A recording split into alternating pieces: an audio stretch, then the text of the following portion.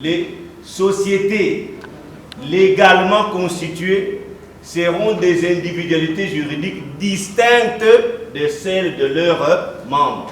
Cette formation est la 8e et la dernière de la série organisée dans plusieurs provinces de la République démocratique du Congo par le groupement Cabinet Mavinga de Clerc et Partners en collaboration avec la société ITEM SARL.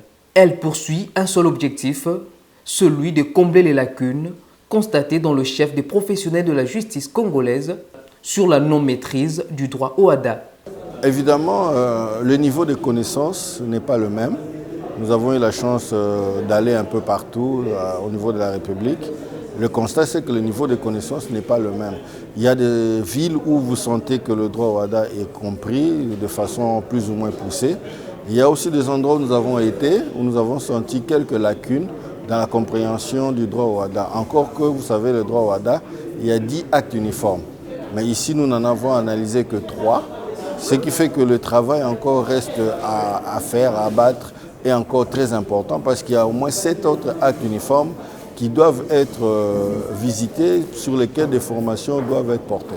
Donc il y a quand même beaucoup de travail. Je peux vous dire que le constat, c'est qu'il y a une inégale pénétration du droit OHADA à travers la République démocratique du Congo. 3 modules ont constitué la matrice de cet atelier de formation, notamment celui relatif aux modalités de constitution et des réalisations de sûreté prévues par l'acte uniforme portant organisation de sûreté, dont l'intervention a été assurée par Lobokwete André, doctorant en droit et notaire au guichet unique. Comme vous savez, la sûreté, c'est une garantie que vous donnez pour assurer au créancier qu'à l'échéance, s'il ne vous a pas payé l'argent qu'il vous doit, là on parle en termes clairs, la garantie que vous avez donnée va permettre au créancier de rentrer dans ses droits. Puisque nous sommes en train de parler avec les professionnels du droit, il y a parmi les auditeurs, les magistrats, les avocats, les huissiers, les notaires, nous avons essayé d'analyser cette modalité de sûreté, le cautionnement, en voyant quelles sont les obligations notamment de la caution, quelles sont les obligations du débiteur, comment est-ce qu'on peut se porter caution, tout en sachant que à la fin de la dette ou à l'échéance de la dette, si on ne paye pas, si les débiteurs ne payent pas, c'est la caution qui doit intervenir parce qu'elle est liée solidairement avec la personne du débiteur. Quelles sont les voies de sortie qui sont permises à la caution pour se libérer de cette charge qui pèse sur elle?